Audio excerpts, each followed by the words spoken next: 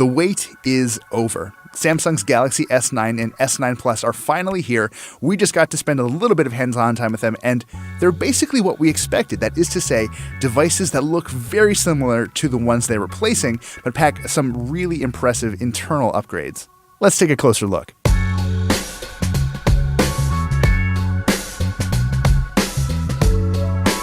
First, I have to say I'm sorry to anyone who is looking for a dramatic Samsung redesign here.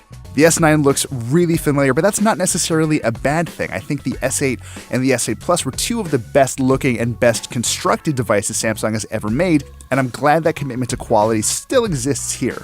There are some differences though. The bezels around the screens are a little bit smaller, so it does feel a little bit more comfortable in your hands, and this is the first time you're going to get stereo speakers in a Samsung Galaxy phone. They're not ideal though. One points directly at you through the earpiece, and the other one fires downward through the bottom of the device.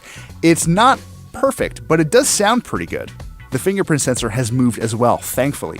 On the S8 and the S8 Plus, if you reached over to unlock your phone, there was a decent chance you'd smudge your camera lens. Not so this time because the fingerprint sensor finally sits below the camera. And as you'd expect from two devices that are completely different sizes, they have different sized batteries too. This is pretty much the same story as with the S8 and the S8 Plus. The smaller S9 has a 3000 mAh battery, and the S9 Plus has a 3500 mAh battery. This year, though, the experience you're going to get with the S9 Plus is pretty different than the one you're going to see with the standard S9. That's partially because of what's inside the phones.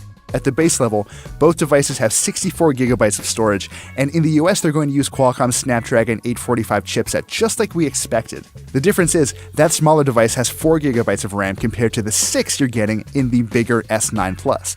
In our limited time with these devices, this hasn't made the biggest difference. Both devices are incredibly fast, whether you're playing with some of the new AR-powered features in Bixby or just sort of thumbing through websites and firing up normal apps. It's incredibly quick, and I hope this is the same kind of performance we'll see out of every other Snapdragon 845 phone we see at the show this year. Really though, the big draw of the Galaxy S9 is its camera, or cameras, depending on which model you go for. The standard S9 has what Samsung calls its 12-megapixel super speed dual-pixel camera. That's because the memory is built directly into the sensor, so there's much faster throughput from the sensor into where it's processed. That same camera is available on the S9 Plus, but it's also paired with another 12-megapixel camera for telephoto shots, so you get that 2x optical zoom.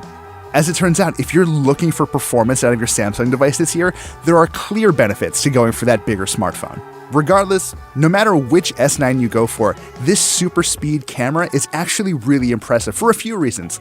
First, it uses a variable aperture. Unlike other smartphones with fixed apertures, you can bounce between f1.5 and f2.4 on the Galaxy S9's main camera, and that allows you to more directly control the amount of light actually striking the sensor, and that's pretty huge.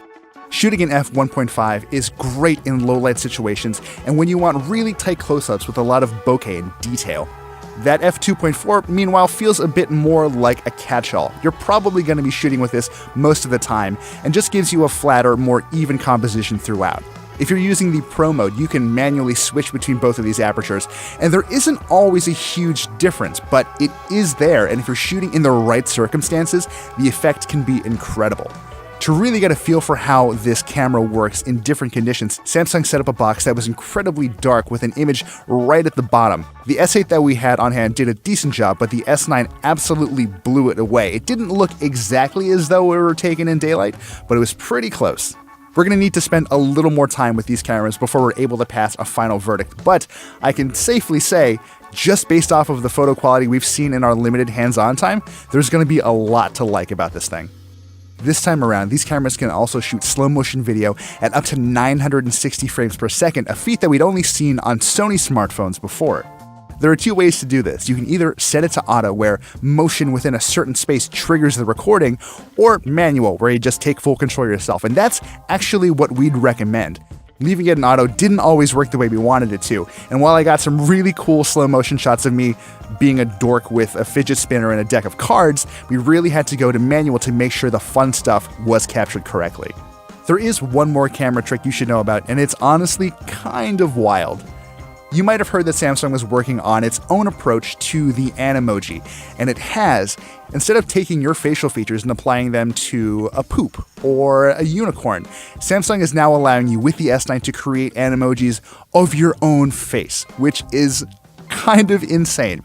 I spent a little too much time doing this at the briefing than I care to admit because the effect was so striking and it looked honestly so much like me that the gifts that you could send to people via messages after you created your AR emoji were a little disturbing. You're also going to use that camera a lot for the updated Bixby experience, which does seem quite a bit more polished than the version we got on the S8 and the S8 Plus last year.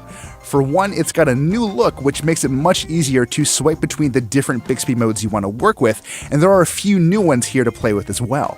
Back at CES, we caught our first glimpse of what Samsung calls its food mode, allowing you to point Bixby at a piece of food and have it give you a rough calorie count that you can later add to your S Health profile.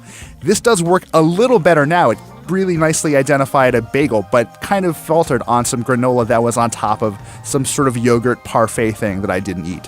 Also new are live translations, which are basically exactly what you'd expect. If you're traveling in a foreign land, like we are here in Spain for instance, you could point the Galaxy S9 and Bixby at a sign or a menu and get very quick and surprisingly accurate translations right there in front of you.